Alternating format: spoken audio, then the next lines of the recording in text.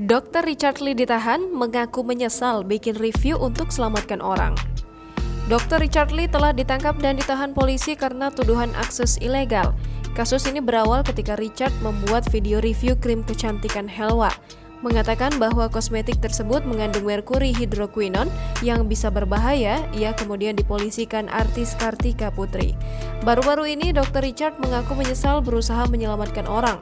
Richard Lee mengaku membuat video review krim abal-abal untuk menyelamatkan orang agar tidak salah pilih perawatan wajah. Tapi itu malah membawanya pada tuntutan dan penahanan.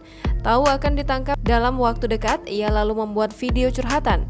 Kepada para penonton, Richard mengaku sakit hati karena ia tidak punya niat jahat dan hanya ingin membantu orang menjauhi krim yang dinilainya berbahaya untuk kesehatan. Bukan hanya Richard, keluarganya tentu ikut sedih.